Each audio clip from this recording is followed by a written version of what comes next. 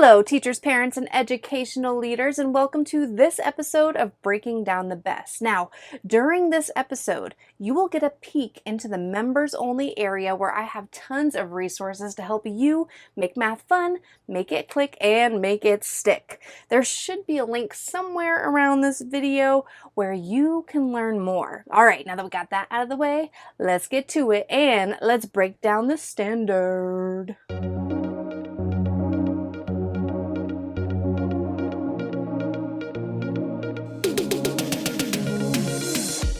Welcome to Breaking Down the B.E.S.T, a video series dedicated to breaking down Florida's best standards for math. So grab something to write with and maybe even a snack. This looks good. And don't forget to put a smile on your face. There you go, I see you. And let's dive into today's best standard. Hey everyone, my name is Sarah McCarthy and I'm super excited that you're joining me as we break down the following standard today. It's MA.5.AR.1.3. And this standard says to solve real-world problems involving division of a unit fraction. That means we have the numerator of 1 and the denominator will be, well, they don't specify here, do they? Well, the denominator, I guess, could be anything. By a whole number and a whole number by a unit fraction. Again, a unit fraction means the numerator is 1. It is one piece of the whole. Okay, so here I just said whole number divided by a unit fraction, or a unit fraction divided by a whole number. And then I took a look at this problem. Okay, and I was like, huh? That is not an example of this standard at all. First of all, they're mixed numbers, they're not unit fractions. I think that was an oopsie, which I don't want to slam the Florida Department of Education because I think it's awesome that they provide us with these resources to the public. So this is not something that I created. This is something that the Florida Department of Education releases to the public. And I'm just showing you how I analyze and study what they put out in order to create resources that align to the B.E.S.T standards for taking on the B.E.S.T. So I'll show you what you have access to with your membership, okay? Some clarifications here. Use of visual models is huge, and equations, translating them into equations. Some related benchmarks that we have, we've got this NSO.2.2 standard, which is the division of multi-digit numbers, and this fraction standard is procedural division with unit fractions. So what we are doing here, FR.2.4, is the skill of it, where this is the one that we're focusing on today is the real world problem aspect of it. Where are they coming from? Well, in 4th grade, they had real world problems where they had fractions that were being multiplied by whole numbers and whole numbers being multiplied by fractions. And then in 6th grade, they will be solving real world problems with fractions using all 4 operations. Okay, the purpose of this benchmark is to connect division of fraction concepts to real world scenarios. We're looking at how many unit fractions are in a whole and understanding the division of fractions as involving equal groups or shares and the number of objects in each. And we should be using visual models like this. And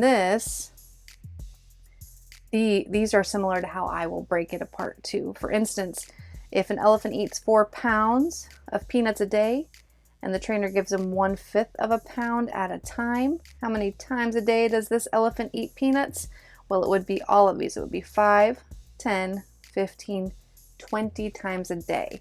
So the expectation is not for students to use the algorithm of the keep, change, flip. In the past, you probably have seen something like this, where they keep, they change the operation, and then they flip the fraction like that.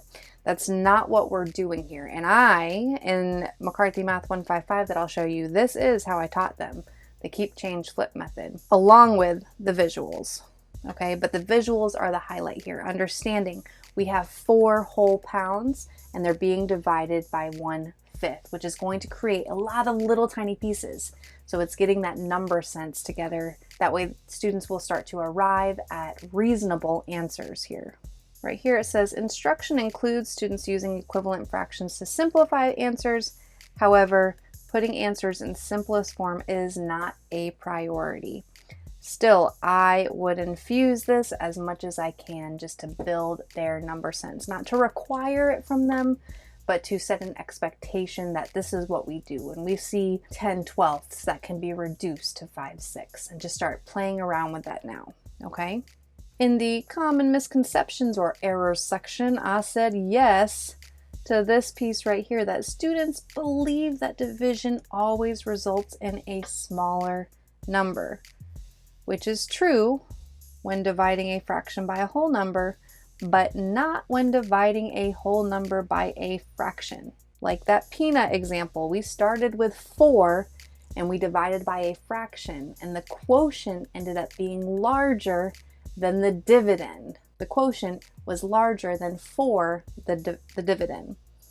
So using models will help students to develop what they need for computation. Okay, so I'm just saying model, model, model. It's all about modeling here. And that this would be an example of where you have a unit fraction, this question right here, a unit fraction divided by a whole number. And this one is an example of a whole number being divided by a unit fraction. Okay, so let's go into the members only area and see what you have access to with your taking on the B.E.S.T resources. All right, so we're going to go to members, enter here, click taking on the B.E.S.T. You might have to log in there. Go down to 5th grade. Remember that the FR, I think it was FR.2.4, there's a standard in here. Right there, division with unit fractions. That's more of the procedural knowledge that you will need. But we're going to go to AR today. AR and AR.1.3. Division with unit fractions with real world problems. Okay, so we have a video lesson here for this standard. You just click play and here are the student notes here. This one would be a whole number divided by a fraction, a unit fraction, and this is with a unit fraction divided by a whole number. So we'll be modeling with both with drawings and equations and all kind of stuff. So definitely check that out. If you have the silver plan, you have access to more resources to support your students with the printables. Here's that video lesson that we just saw, and then you have extra practice. So after they finish that video lesson, you have 1-2 pages of extra practice that are very similar to what they learned in the video lesson. Then you have a math mission, which is like a math task. This one says to create a real-world scenario for the expression, unit fraction divided by a whole number, and then switch them around, a whole number divided by a unit fraction, and create a real-world scenario and include a visual to solve. So it puts a lot of responsibility onto the students to think. Finally, for the silver, we have this math misconception mystery resource. This is the question that students will solve. Well, hang on. You just click play and I'll guide you through the whole process, guide your students through the whole process of this, but they'll solve it on their own. And then after that, 4 characters will solve the problem too. These characters are really just me dressed up in silly costumes. 3 of these characters will make a mistake and only 1 character is correct. So students will be able to discuss with each other. It's great for math discussions and friendly debates. And then they fill out the second page, which is the detective report, stating who the most reasonable answer belongs to and evaluating the others. Okay? And then you have your answer keys right there. So if you are a gold or silver member, you have access to that. But if you have the gold plan, you have access to everything, including a mini assessment right here. You can see that we've got the whole number and the unit fractions, encouraging visual representations. All right, got your answer key. You also have this episode breaking down the B.E.S.T ad free and just right there with everything. So that's a little perk of being a gold member, is you have this video right there, or you might be watching this on YouTube, which has some ads And that's okay, though. But the main reason for that you probably have the gold membership is because of McCarthy Math 155, which is a daily math intervention aligned to the Common Core standards. Now, I know that we are in the B.E.S.T standards. This was something that I created before we had the B.E.S.T standards. It's great for an intervention, and there's a lot of skills that do trickle over. So let's go down. If we go to Unit 6, Operation with Fractions, there are some division videos with fractions.